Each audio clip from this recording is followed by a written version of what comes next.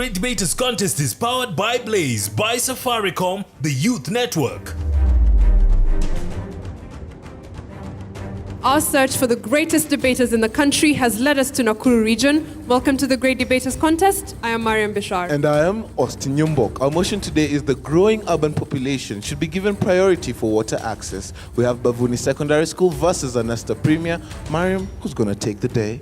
Only they can answer that question. First proposer, you may take the stage. You have 3 minutes. I'm hereby to propose the motion that says growing urban population should be given priority for water access. Growing population means the increase of people in urban centers, while priority means being the given first priority for services. First point, good health. In urban centers is where we have majority of hospitals, hotels, schools, and while there is insufficient supply of water, that leads to the closing of those centers, which will lead to the unsatisfied needs of customers in those areas. The second point is industrial use. Water is necessary for industrial use like the Del Monte company. If it does not have water, it won't be able to wash the resources that they use while making Del Monte juice. Secondly, also in Kericho, tea factories will not have water to wash those materials and to display to their members. Also in urban centers is where we have majority of people, and while there is no sufficient supply of water, that will lead to many diseases that will outcome. There will be coroners and children might die out of lack of hygiene. Thank you. Thank you very much. Opposition, we'll hear your opening statements. You have 3 minutes. Greetings. Great minds look for what is and not what they assume should be. Let me acquaint you with some facts. Did you know that 72% of the Earth's surface is covered by water? And did you also know that water is the most important substance for one to survive? So we should take these water issues very seriously. Michael Simon from Premier High School, opposing the motion that says growing urban population should be priority for water access. Why? Why water? That's a question I ask myself. Why water? When this water is prioritized to go to the urban centers, one, there will be corruption. Corruption, why? Corruption comes with power and influence. As you all know, the powerful and those rich in those urban centers will want the water to go to them first before going to the slums. Sorry. Let me take an example. In Nairobi, if they are prioritized to be given water, between Karen and Kibera, seriously, tell me, who will get water first? Obviously, people from Karen, they use the influence and power. They will just call, we want water. We'll do this and this. So this will lead to corruption, and this will make the poor to suffer. They'll be unfortunate. In urban areas, we know that there are slums, right? You know those slums, how they are congested. Now, this water going to the slums, there will be diseases. Why? Because of congestions, poor sanitation. I want to give you some facts right now. According to the United Nations World Health Organization's 2017, 1.7 million deaths are attributed to waterborne diseases. These diseases come from what? That water from the urban centers. There is congestion, ladies and gentlemen. There is congestion. So these diseases, they will kill our children. 90%, mind you, are children. So take that in mind. Another one, congestion in the urban areas. Now, if we prioritize water to go to the urban areas, who will not want to go there seriously? I know there is water in the urban areas, so we'll all congest there. People will come from the rural to the urban to get this access of water. This congestion will lead to what? Petty crimes, because they all want that water. Let me give you an example. I am in the urban center. I want the water, but I can't afford. I'll break those pipes for me to get that water. So, as we prioritize, let us think seriously. Should water be in the urban centers? Thank you. Thank you. We'll hear rebuttals from both teams now, beginning with the proposers. You have 3 minutes. Kamau Francis from Bavuni, proposing the motion that says the growing urban population should be given first priority in water access. My first point, construction of infrastructure.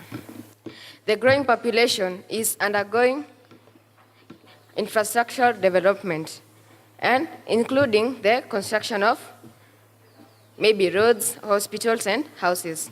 There has to be roads for those people to transport their goods or to move from one place to another. 2, there has to be buildings for housing those people, for one cannot live on trees. 3, there have to be hospitals because the sick need to be treated. My second point, use for recreation. With the growing population, there are so many job opportunities in the urban areas. So they have to, and there is a saying that goes, work without play makes Jack a dull boy. So after work, one needs to enjoy him or herself in the swimming pools, fountains, and they all need water for their construction. My third point, for use in schools. Schools need water for many reasons. 1, for cooking. In boarding schools, there have to be washing to be done. And 3, for drinking, of course. Thank you very much. We'll go to the opposition now for their rebuttal. You have 3 minutes. An adage to my proposers, an adage of wisdom, it says, from the springs of reality, majority goes for what is good, but not for what is right is chosen by majority. I like to oppose the motion that says the growing urban should be given priority for water access. First, my proposal said the first point about industrial uses. And I'd like to say we also have industries in the rural areas, that is, because we have Webuyo and Mumias. So if all water is transported to the urban side, what are the people from the other side going to do? Because they also need to cool the machine, the engines, and they also need to do the washing. So they also need water.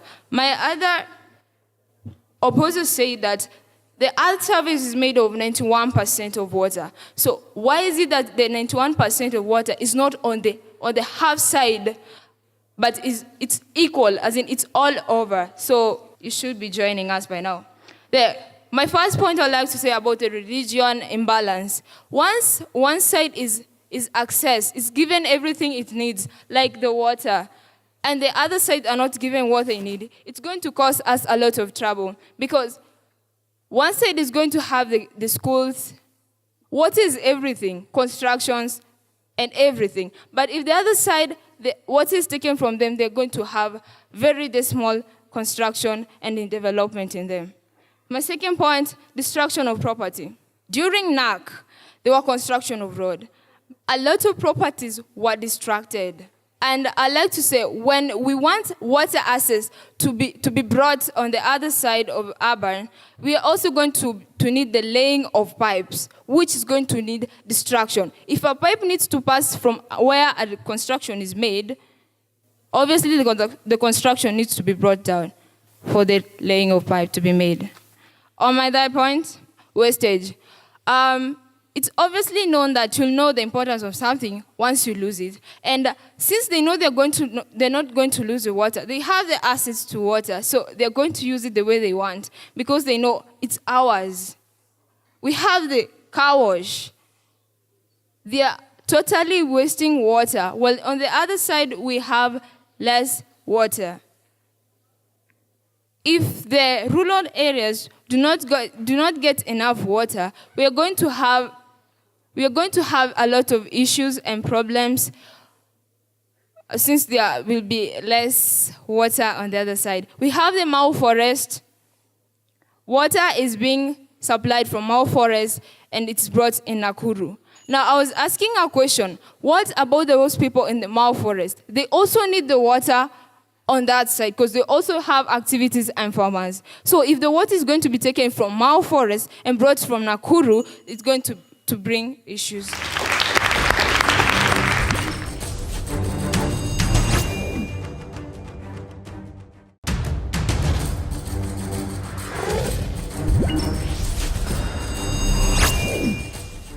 Thank you very much, audience, for some. They have some very tough questions for these two teams. The proposers have been asked that they propose that access to water be given to urban areas for infrastructure and development purposes, but do rural areas not also need water for development purposes? And of course, the opposition used Karen and Kibera as examples, and they have been asked if they were alluding to Kibera as a rural area and Karen as an urban one. We'll have them respond to those questions. Third proposer, you have 3 minutes. George Nderitu from Bavuni Secondary School is my name. First of all, I'll start by answering the question that you have asked. And by this, I'll ask you one question. Have you ever heard of the saying that a journey of 1,000 miles starts by a single step? We have to start with steps so that we can also go to develop the rural areas. By developing the urban centers, we'll go to steps until developing rural areas. I would like to object the point from the opposer side. They said that since they have water access, they will waste it. First of all,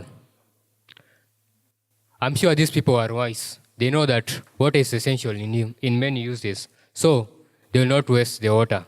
They'll make good use of it. To propose the motions that says that the growing urban population should be given priority for water access. My first point, the growing urban population should be given priority for water access to ensure continuous supply for hydroelectric power, for industries, and social amenities, e.g. hospitals. That is, think of a hospital without electricity. The shortcomings from it, the machines cannot be efficient. Think of this situation that you have taken someone in a hospital.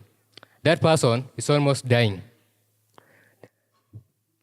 The patient needs to be taken in an ICU. And if the machines are not functioning, this means that the patient will soon die. But if we get access to water supply, this means that we'll not have problems like power rationing in the urban centers where we need efficient working. Thank you. Okay, opposition, you respond. You have 3 minutes as well. Now, you do not take a microscope to look at the stars. Neither do you take a telescope to look at the specimen. Chagalusi is the name from the great Anestar Premier High School, ready to oppose the motion that goes that the growing urban population should be given priority to water access. Maybe to clarify some points that my fellow opponents have just said here. Maybe to answer the question about the water in Karen and Kibera, as the audience have just asked. What my colleague meant is that why we have water in Karen and not in Kibera is because of the power of the influence and the corruption. Those people in Karen are able to access water because they're rich and all that, so that they can outdo those people who are in Kibera. Also, on the second question, somebody have just talked about wastage. On that point of wastage, like we can talk of the dry spell that we have just encountered in the start of this year, the dry spell that was there in January, and we find that the cars in Nairobi, let's take for example an urban center like Nairobi, the car washes were still going on. That means that there was a lot of wastage regardless of the dry spell that was there. That's why we found that the government said and urged that all the car washes should the car wash should be closed down so that they can curb with that dry spell. On to my first point. Provision of water in the urban centers will lead to additional expenses for those who reside in towns. Let's take, for example, a good example is what happened just a couple of months ago. We found that those residents in Nairobi had just asked the government to provide them with water. The government did so, yes. But what happened?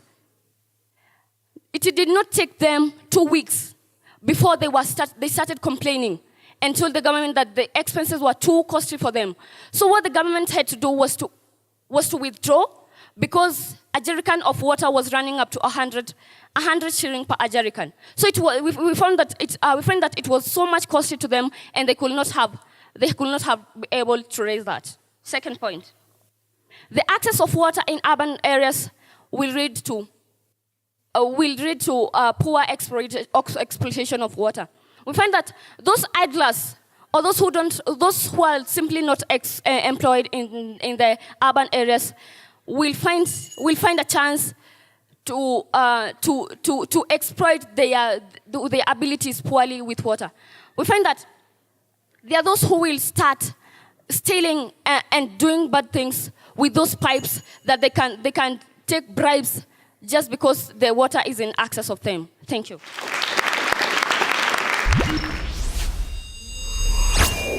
We'll now hear final statements, beginning with the proposers. You have a minute. Question from the opposer side. Does it mean that vehicles have to be dirty so that we can stop wasting water?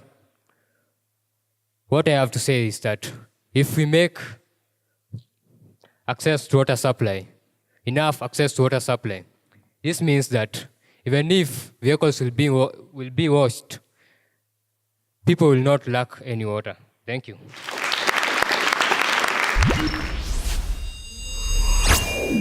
Opposition, you also have a minute. Name is still Michael, still opposing the motion that urban centers should be given priority. Now, my fellow opposer here just told you the expense of supplying water to the urban centers. Okay, now, I want you to ask yourself, how many can afford to get that water with the price that is going to be set? Huh? You tell me. Let me take an example.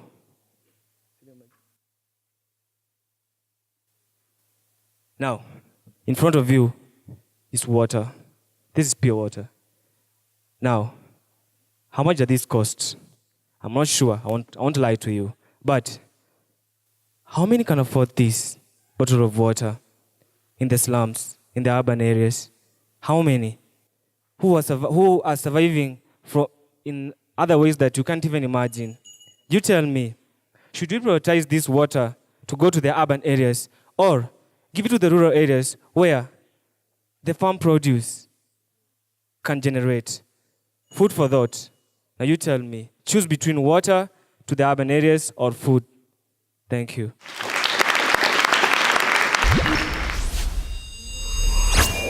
I must start on a low note though, because I am not impressed. I must say the research is still wanting.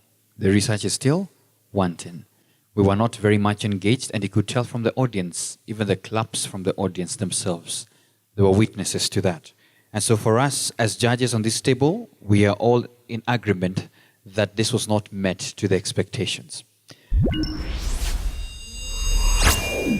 In a nutshell, you didn't prepare very well, both teams. Something that you should work on in future. That is why you'll see that the time that you were given was too much. You see, because you didn't have enough points with which to express and use up that time.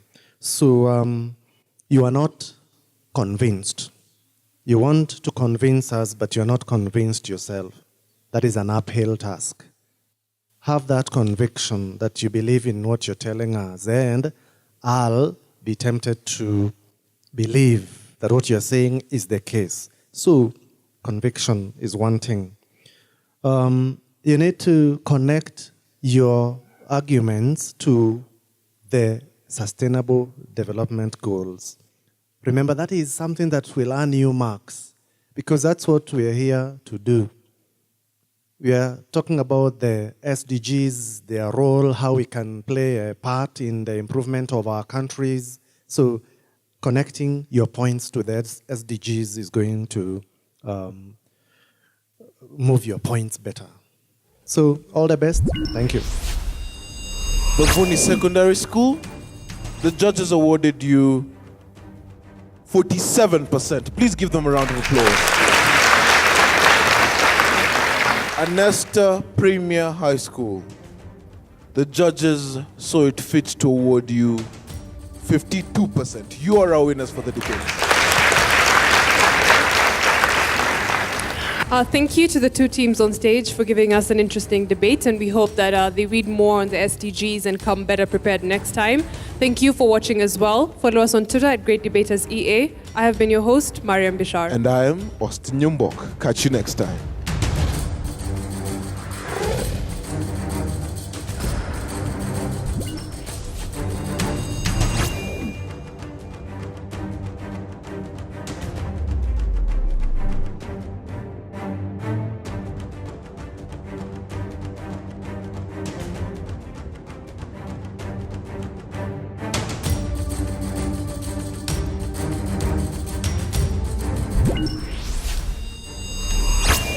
The Great Debaters Contest is powered by Blaze, by Safaricom, the Youth Network.